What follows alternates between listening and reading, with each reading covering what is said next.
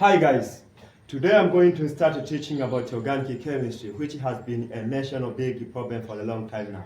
But I'm going to show you that organic chemistry is not a national big problem. It will be the easiest topic to you. Keep listening to me.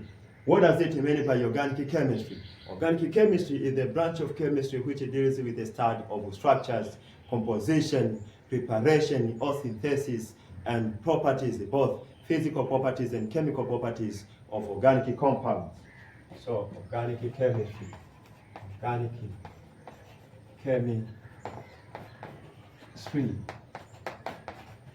is the branch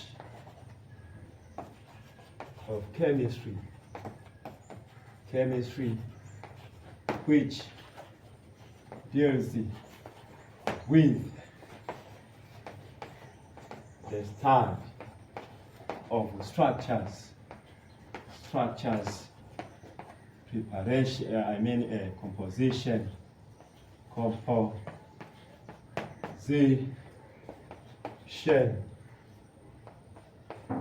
preparation, or synthesis,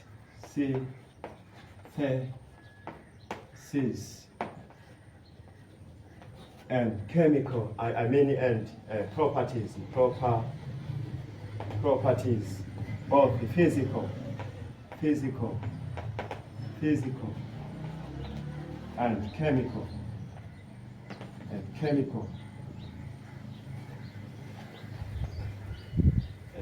properties of organic compounds.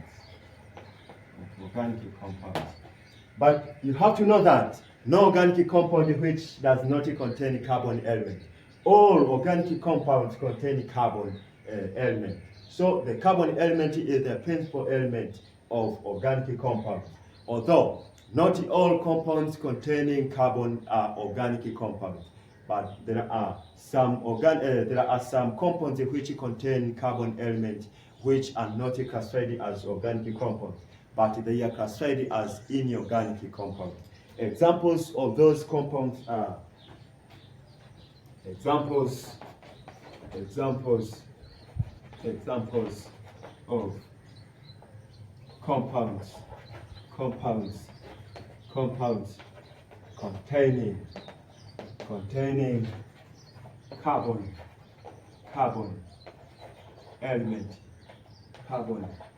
element which are not classified as organic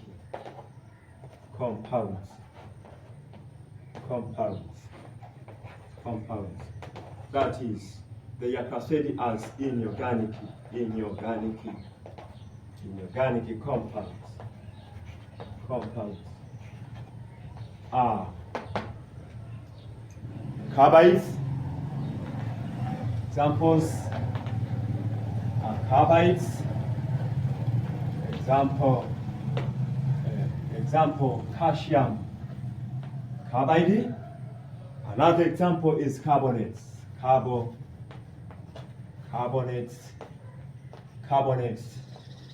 Example magnesium carbonate. Nitrites, not nitrites, cyanides. Cyanides. Example potassium cyanide. Hydrogen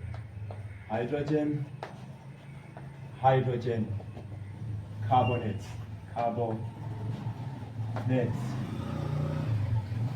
Example sodium hydrogen carbonate and carbon dioxide gas.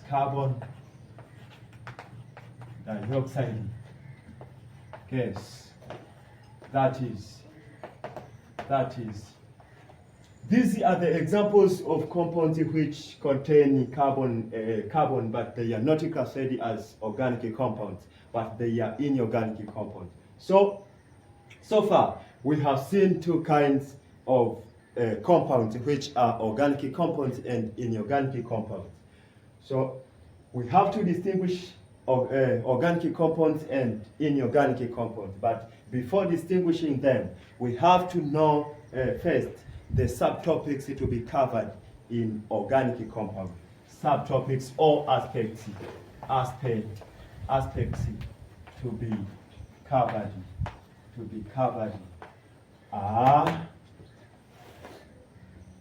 The first one is the differences between organic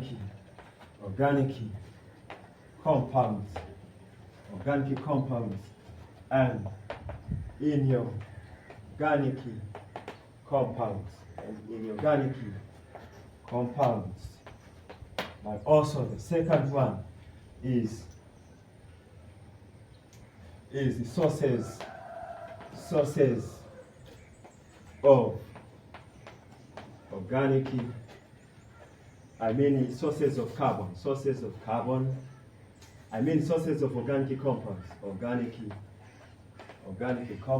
sources of organic compounds, special properties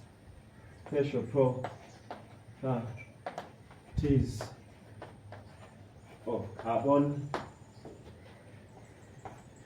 The fourth one is types of organic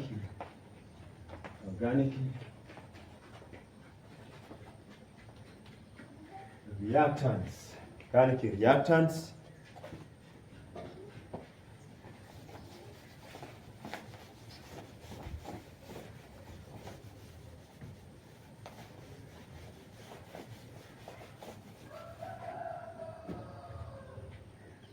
Other one is types of bond, breaking or cleavage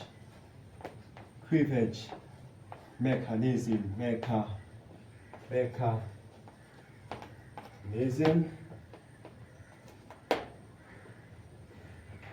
principles of showing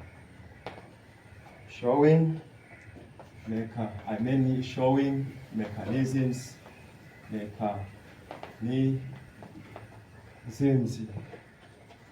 of organic reactions, factors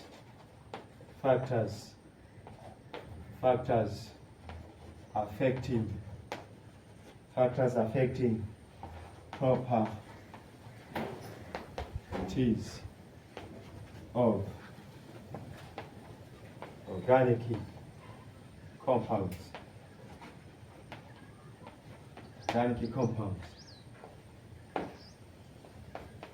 Types of organic reactions. Isomerism,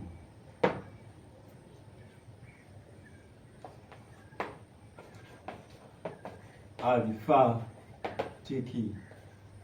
hydrocarbons, aromatic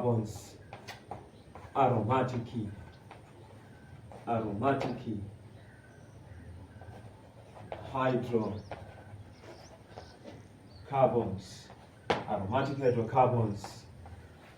halogen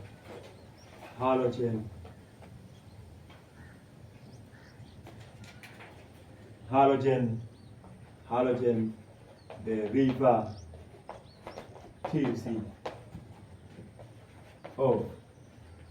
hydrocarbons. Halogen derivatives of hydrocarbons.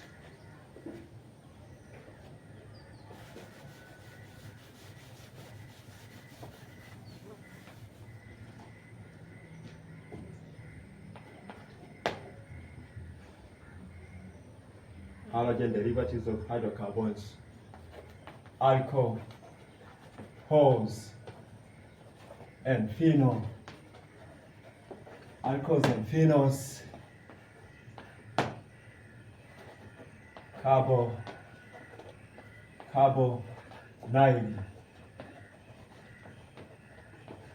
compounds, 10 carboxylic acids, and they are derivatives. They are derivatives. 10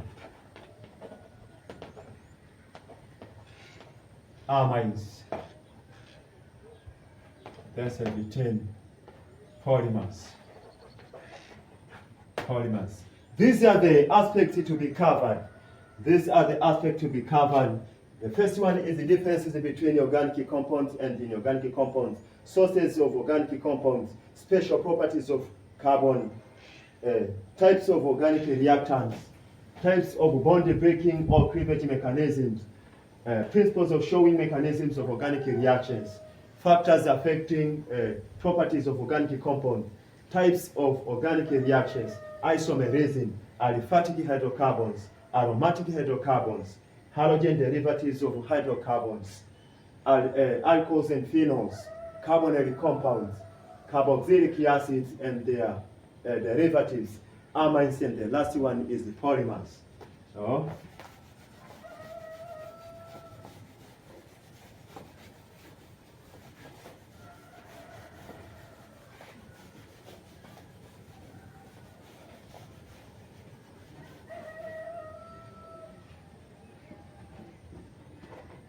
let's start with the first one. Which is differences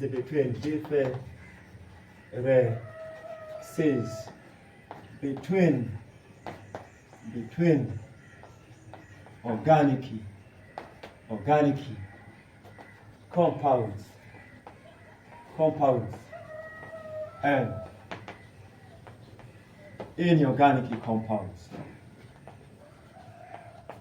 inorganic compounds.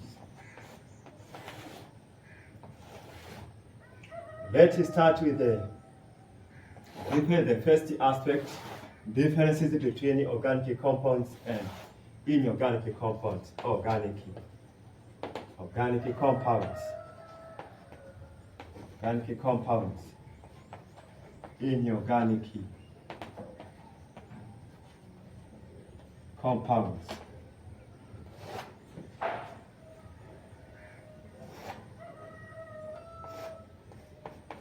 Number one, the first difference is the principal element of organic compounds is carbon element together with the hydrogen, halogen, oxygen, nitrogen, sulfur, phosphorus, and few metals like lithium, magnesium, and lead. The principal element of organic compounds is carbon together with hydrogen,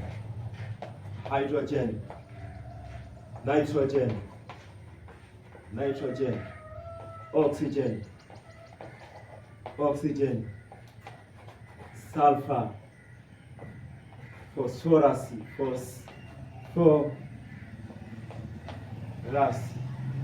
and few, and then sulfur,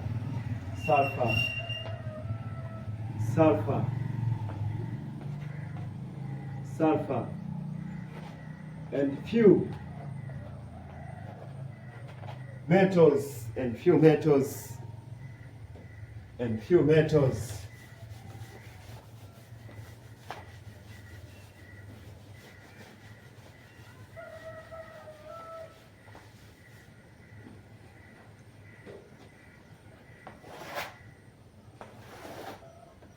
and few metals such as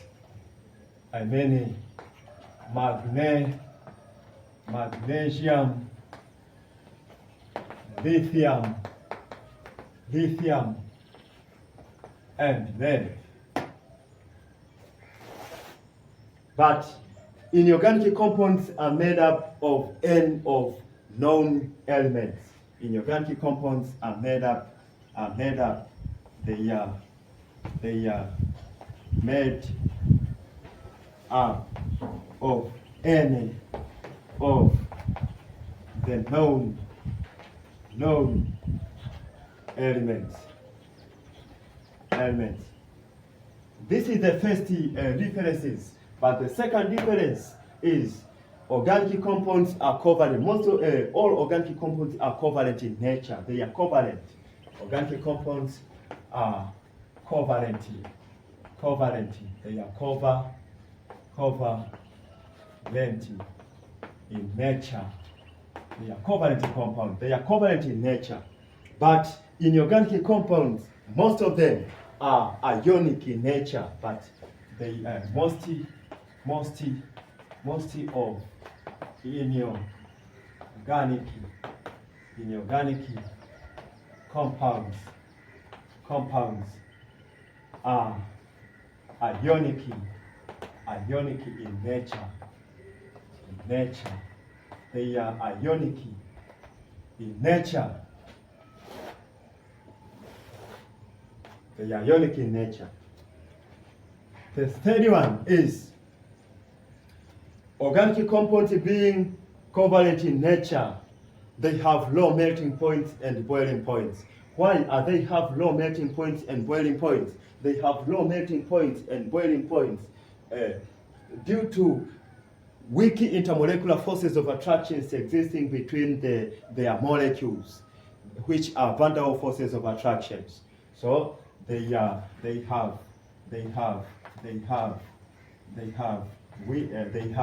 low melting points, melting and boiling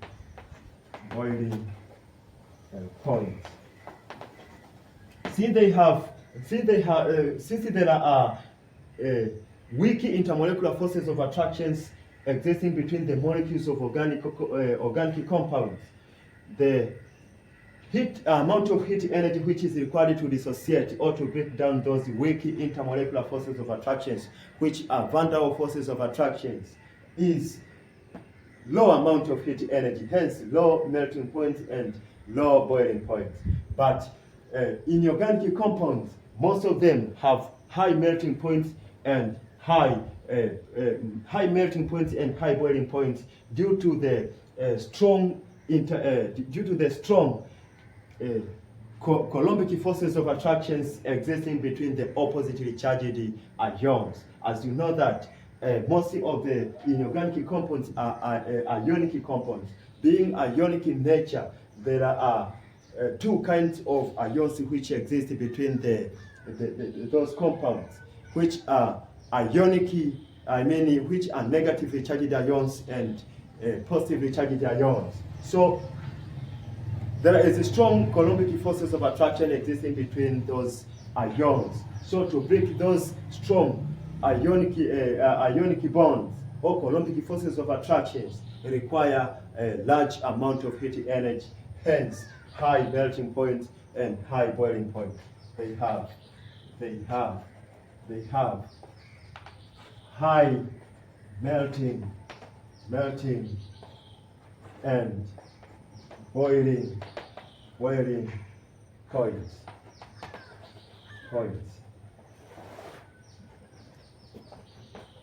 The fourth one is organic compounds being covalent in nature. They do not conduct electricity in their molten state or fused state or in aqueous solutions. Why? They do not conduct electricity in molten state, fused state, or in aqueous solutions. They do not conduct due to the fact that they do not ionize to form free ions in molten state or fused state or in aqueous solutions. You have to know that the free ions are the ones which conduct electricity in aqueous solutions or in molten state or fused state. So they exist in molecular form. That's why they do not ionize in molten state, fused state, or in aqueous solutions. They are poor conductors of electricity,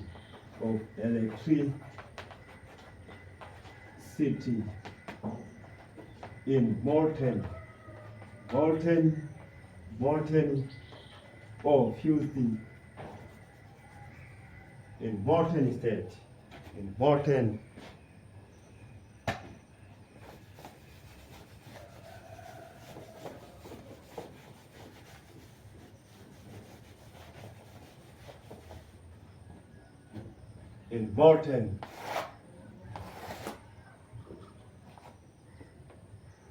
molten or fused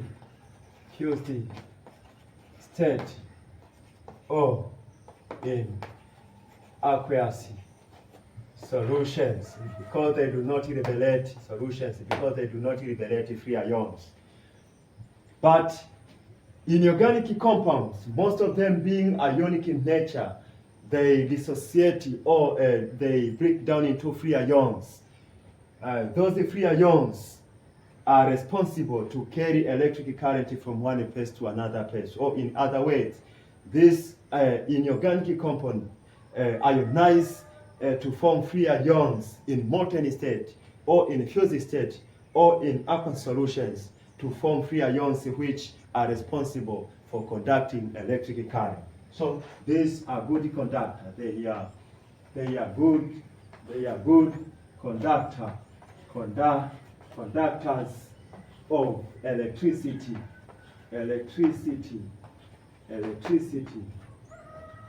in molten state, in molten or fused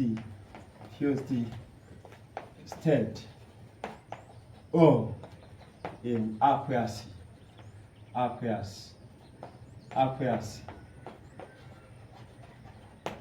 solutions. The fifth one is solubility of organic compounds and inorganic compounds.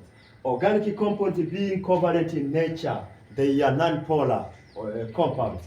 Being non-polar compounds, they do not dissolve in polar solvents like water, but they are highly soluble in inorganic, I mean in non-polar solvents like organic solvents such as benzene, toluene, cyclohexane, ethers, and alcohols. But inorganic compounds being, most of them being ionic in nature, they are polar in nature. Being polar in nature, they are soluble in polar solvents like water, but they are insoluble in non-polar solvents like organic solvents. So the organic compounds are soluble. They are soluble in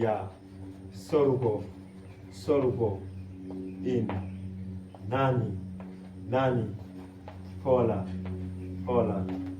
solvents like organic solvents such as benzene, toluene, cyclohexane, ethers,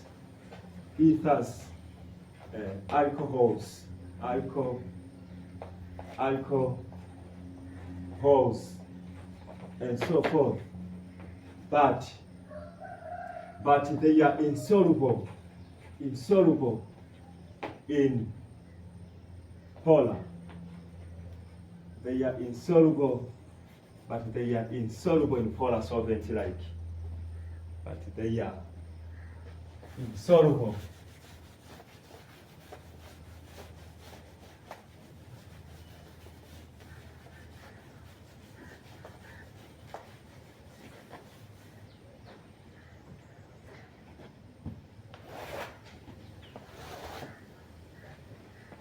But they are insoluble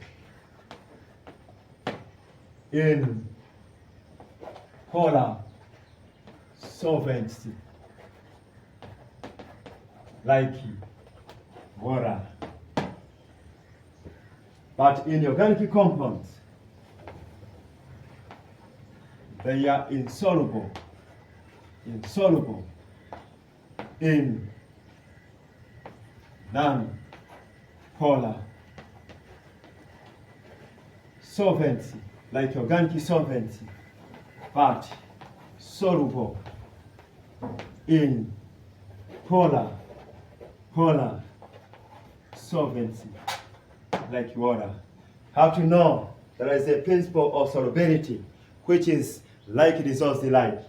Polar solute dissolves in polar solvent dissolves polar solute, but it does not dissolve non-polar solute. And non-polar solvents dissolve non-polar solute, but does not dissolve polar solute. But another difference is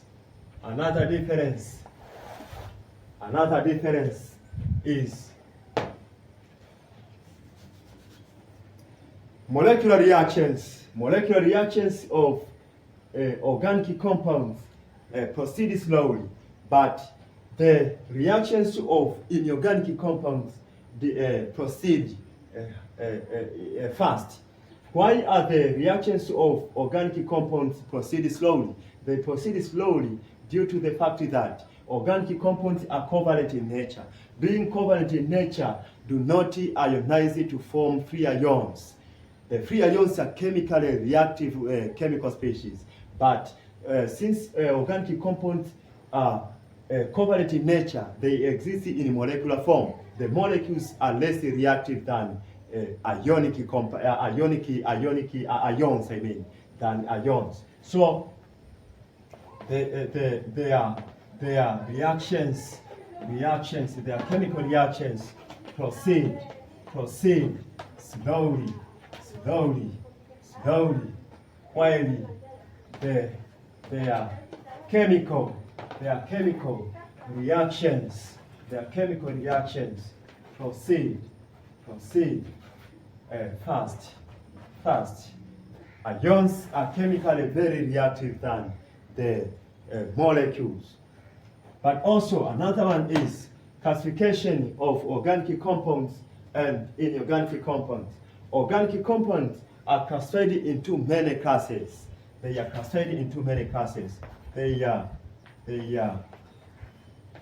classified into many classes. Basing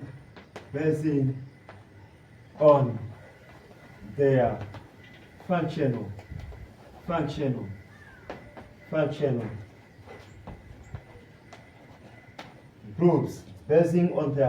groups, But inorganic compounds are classified into few classes. They are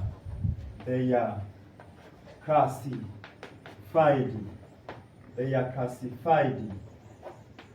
into few classes. They are classified into few classes. That is acids, bases, and salts. Acids, bases, and salts. But organic compounds are classified into many classes based on their functional groups. They are classified as alcohols, organic compounds which contain OH as their functional group. They are classified as phenols, phenol organic compound which contain OH at their functional group, but the hydroxyl oxygen is bonded to the phenyl group, like this one. This is phenol, but also they are classified as carboxylic acid, the compounds which contain carboxylic group at their functional group, but also they are classified as amides. Amides, the organic compounds which contain amide group at their functional group. This one at their functional group. Nitrogen atom may be attached to hydrogen or alkyl group, amides. But also they are classified as esters.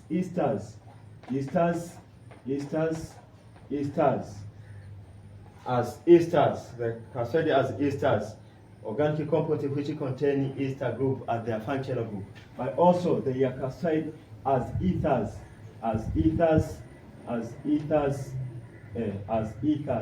organic compounds which contain ether group at their functional group. They are classified as amides, organic compounds which contain amino group at their functional group. For example, this one is the amino group, which the nitrogen atom of the amino group may be attached to hydrogen or to the to the alkyl group. They are classified as acid and hydrate, as acid and hydrate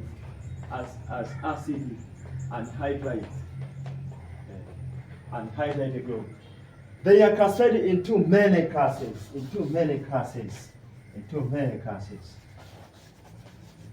These are the examples.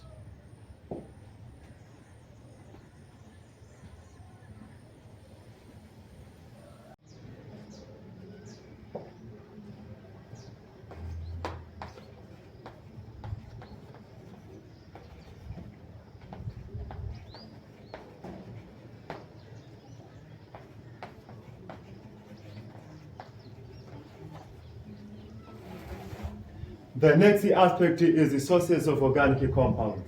There are two sources of organic compounds which are direct sources and indirect sources. There are two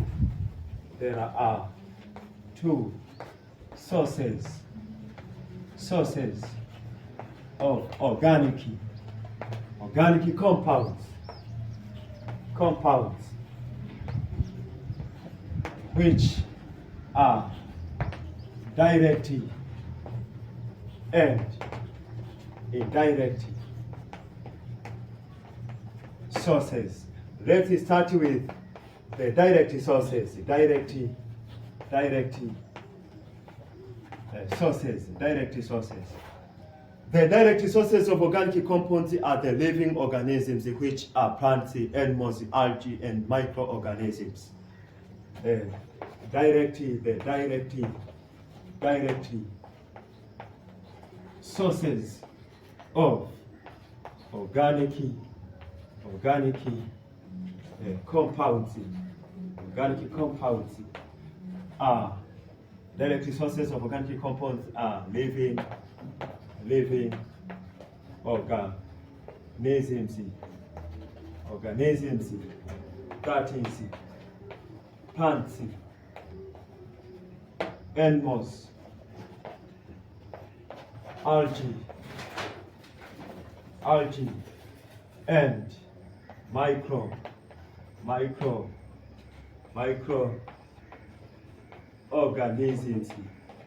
microorganisms like bacteria and protozoans. But the organic compounds are extracted from the direct sources, which are living organisms, by direct isolation methods. Examples of organic compounds which are extracted from the living organisms are proteins, carbohydrates, fats and oils, alkaloids, hormones, vitamins, flavors, and others. Examples of organic organic compounds, extracted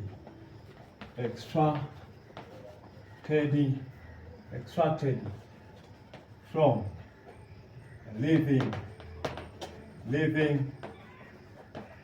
organisms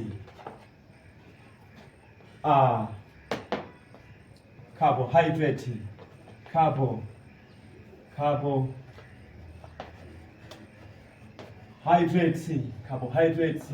which are sugars,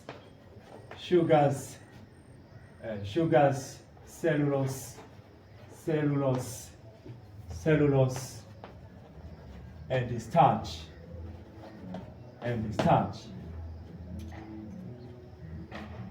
proteins, which are silky,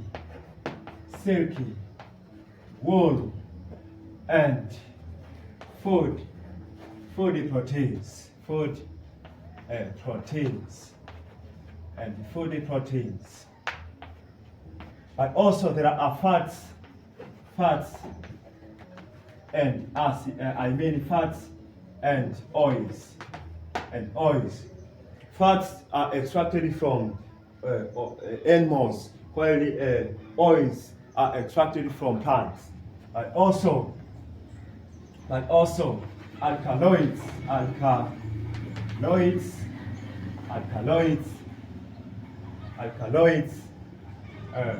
Another one is flavors, hormones, and vitamins.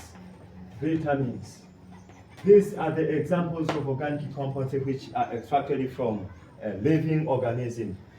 But another source of organic compounds is indirect source. Another source of organic compounds is indirect sources.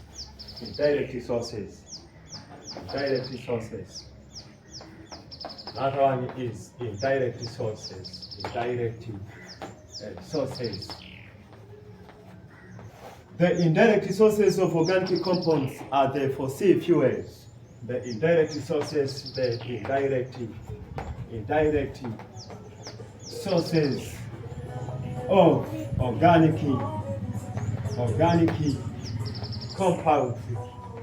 organic compounds are the fossil fuels,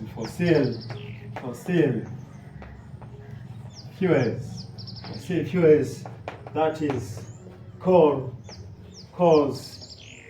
petroleum, and natural gas. The natural gas is mainly made up of methane.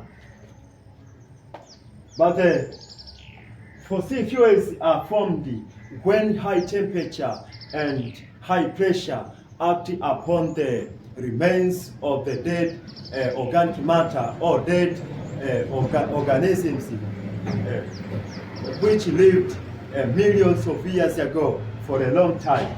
When high temperature and high pressure act for a long time on the remains of the dead organisms,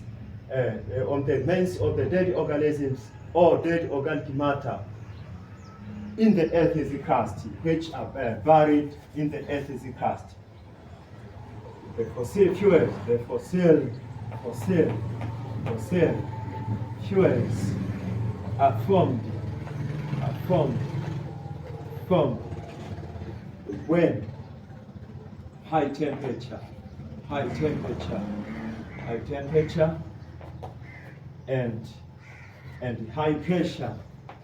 high pressure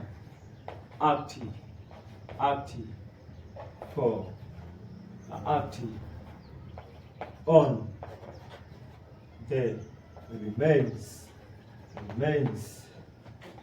of the living, of the remains of the dead organic matter, or dirty organisms, dirty organisms.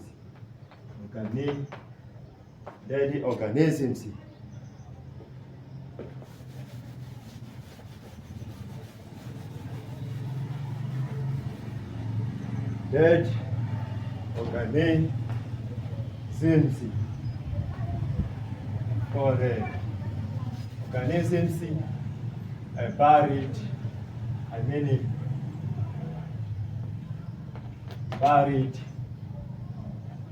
in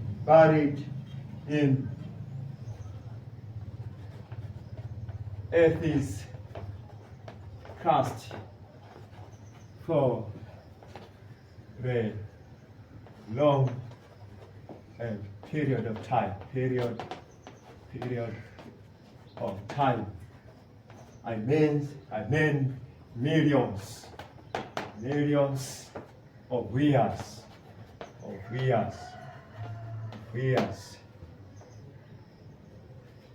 Millions of years. Well, the indirect sources of organic compounds, which are fossil fuels, are the major and potential sources of organic compounds. They are used to produce many organic compounds, or many organic compounds like organic solvents and others. They are used. The fossil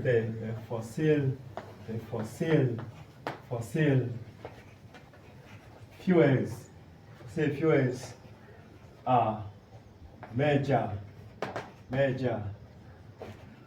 and potential sources of, the indirect sources, the indirect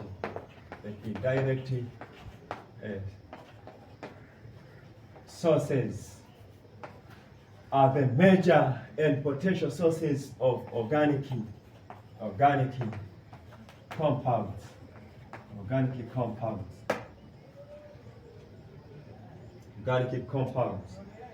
These are used to produce. They produce many organic compounds. Like organic solvents, synthetic rubber, rubbers, dyes, drugs,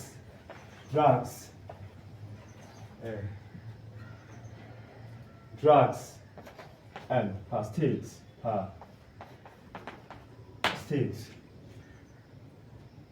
These are the sources of organic compounds.